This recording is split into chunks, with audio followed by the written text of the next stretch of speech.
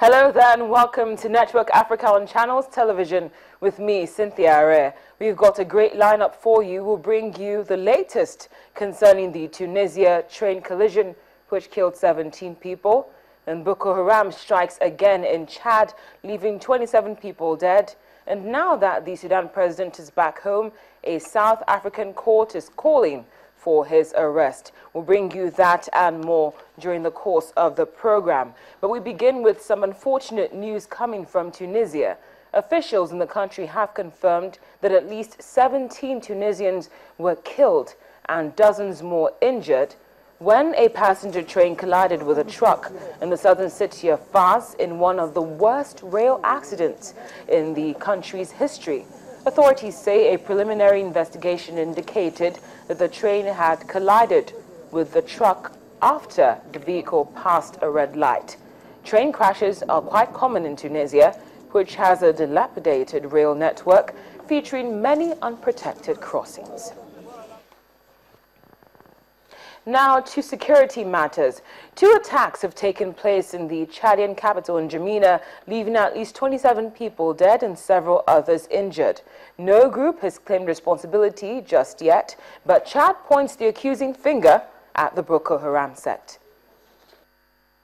With Boko Haram's change in name to Islamic State's West African province, the group has shown that it is no longer just interested in Nigeria, but other West African countries. Proof of that last night when the sect carried out 2 attacks, both in the busy center of N'Djamena, Chad's capital.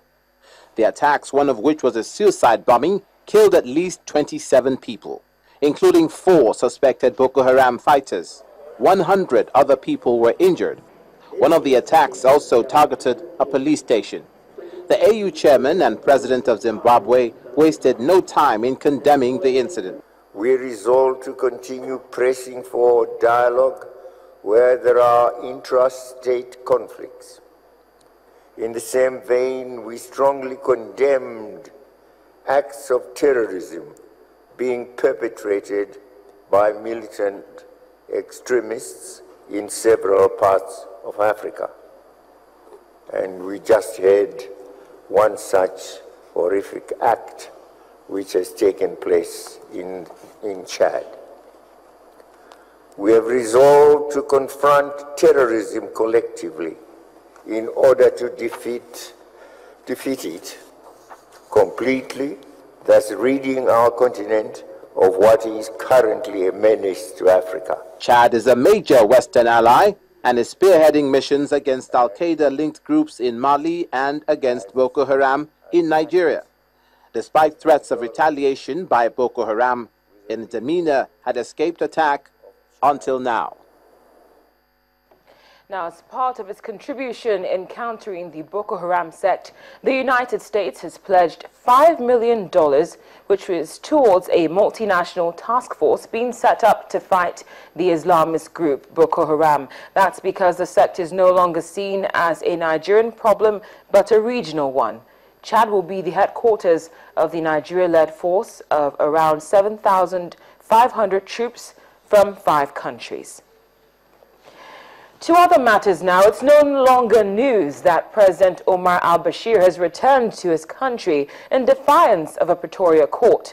What is news, however, is that the court says the ruler who faces genocide charges should have been arrested to face the International Criminal Court. Despite a legal order for him to stay in the country ahead of the ruling on his detention, the government let President Bashir leave unhindered, with South Africa's ruling party accusing the ICC of being biased against African leaders and no longer useful. President Bashir has been indicted by the ICC over war crimes and crimes against humanity, but South Africa gave him immunity along with all delegates attending an African Union summit which concluded yesterday.